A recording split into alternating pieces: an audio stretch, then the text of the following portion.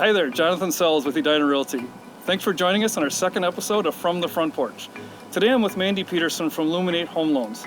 She's coming in with 20 plus years of mortgage experience. Thanks for being here. Thanks, Jonathan. After someone has made a loan application, what are some do's and don'ts that consumers should be aware of? Oh, this is a good question. Always check with the lender that you're working with before you go out and pull any credit or obtain any new debt, just because even the slightest variation in your debt can have a big impact on the mortgage itself. Make sure you're keeping those payments that you are paying every month, pay them on time. Because we do pull a credit refresh at the end of a mortgage just to make sure that everything still looks good. And then large deposits. If you have, you got $10,000 from your aunt because you graduated college, probably not the best idea to throw that in the account. In this market, it's pretty much impossible for buyers to write a contingent offer, unfortunately. What are some ways that people can feel comfortable in writing a non-contingent offer? This is big right now in the seller's market that we're in. It's almost impossible to get a house that's contingent upon the sale of a house. A lot of people don't want to get stuck with a high loan balance, and that's the biggest thing with writing non-contingent. If they don't sell, they're worried about it. So a lot of people are doing what's called a recast, which is when you're doing conventional financing, it's very common. So if you sold your house and you were planning on netting $50,000 from that, what you can do is when you get into the new loan servicing, you can take that chunk of money after your home sells and apply it towards the principal and recast the balance over the ensuing term. So your payment reduces significantly and you're not stuck with that high loan balance. Another thing people are doing is they're obtaining 401k loans, and then when their home sells, they're paying off that 401k loan. You still have to be able to qualify with both home loans, but it gives you a couple different options. People are doing gifts from family members. So there are some things we can do to make it work to write non-contingent, because that is your best shot at getting a house in this market. So today we're in the third week of March.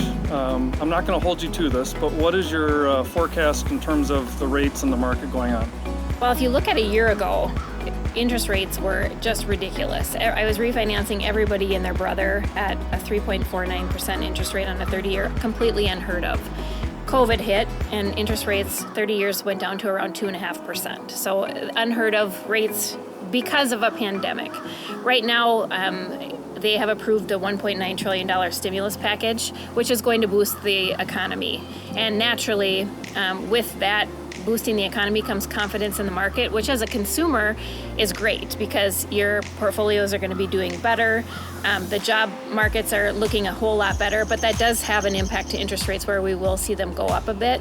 They are saying that interest rates will remain low until 2023, and whose idea of low that is, we don't know for sure, but interest rates right now are awesome, so it's a great time to find something.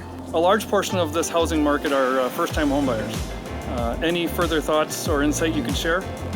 Well, those of you that don't currently own a home and you're throwing money away every month for rent, you're lining your landlord's pocket. And it's cheaper right now in most cases to buy a home than what you're paying for rent. And you're building equity in that property. So there are some vehicles too where you can get into a home with no money down. So getting in either with a USDA loan with no money down or a Minnesota housing deal with a down payment assistance, you can get in with little to no money down. So first-time home buyers, I encourage you, now is the time if you've been kind of thinking about it, getting out of that lease. This would be a good time to jump with rates where they are. Even a 1% shift in interest rates can make that payment go up a ton where you might be uncomfortable. So I want to share as well, not only is it important to have a good mortgage lender to work with, but a good realtor that's seasoned and knows what they're doing.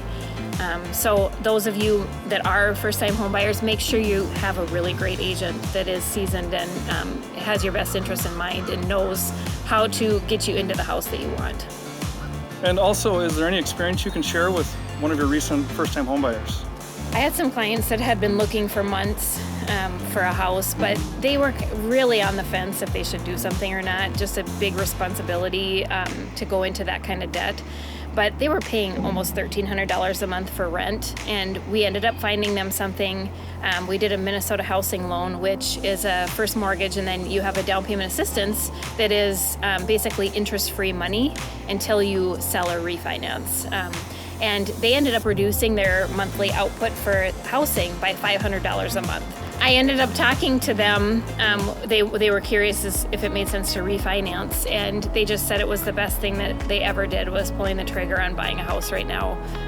They just love that they're building that equity month over month instead of throwing that money away. Thanks again for spending this frigid morning with both of us, and hopefully some of the information we shared with you was helpful. And if you have any further questions, feel free to check us out on our individual social media platforms, and have a great day.